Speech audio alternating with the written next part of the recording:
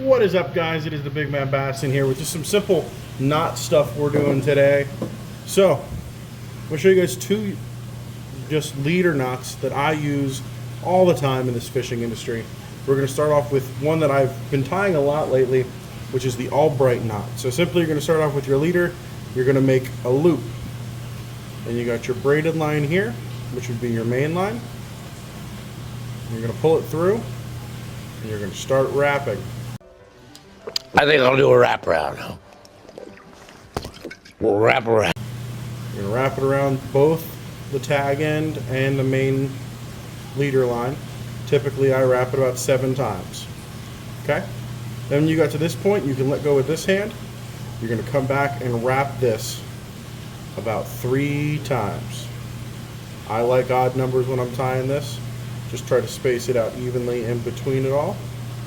Alright, then as you get to your last wrap, you're going to come back up through the bottom for that. You're going to go ahead and cinch down. Now, this is kind of a little trick I use, all you guys that like your FG knots. This essentially leaves the same footprint and it's quarter of the time to tie. Makes a nice little knot here. Now I'm using 65-pound braid just so you can see it a little bit better to 20-pound monofilament. So it's going to bulk up a little bit like this, but when you use your lighter pound braid to where you're supposed to be at for this, it's going to work out great.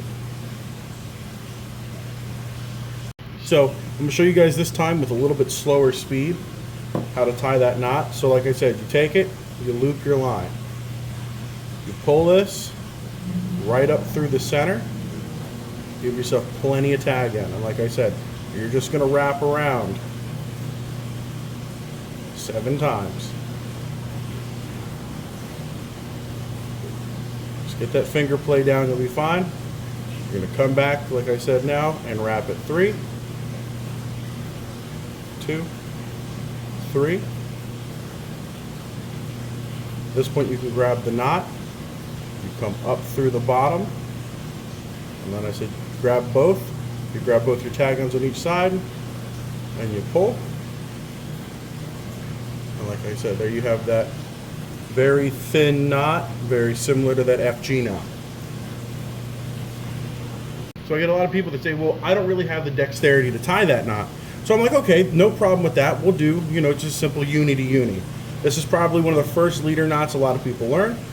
It was one of the first ones that I learned. So you take both your lines and run them side by side. Your tag end for your mono is going to be on one side, your leader, or your main line is going to be on another side. So with that, you're going to go ahead with your leader. You don't have to do as many. So what I do is I take it, make this B shape or a P shape, a 9, however it looks like while you're holding it. You're going to go ahead and wrap it 1, 2, 3, and 4. So you can see I'm wrapping around this part of the line and leaving the bow out. You're then going to go ahead and pull it, cinch it down nice and tight. That's going to create a sliding knot, so it's going to be able to travel towards the other knot when you pull it tight. You're going to go ahead and come over here to your other side.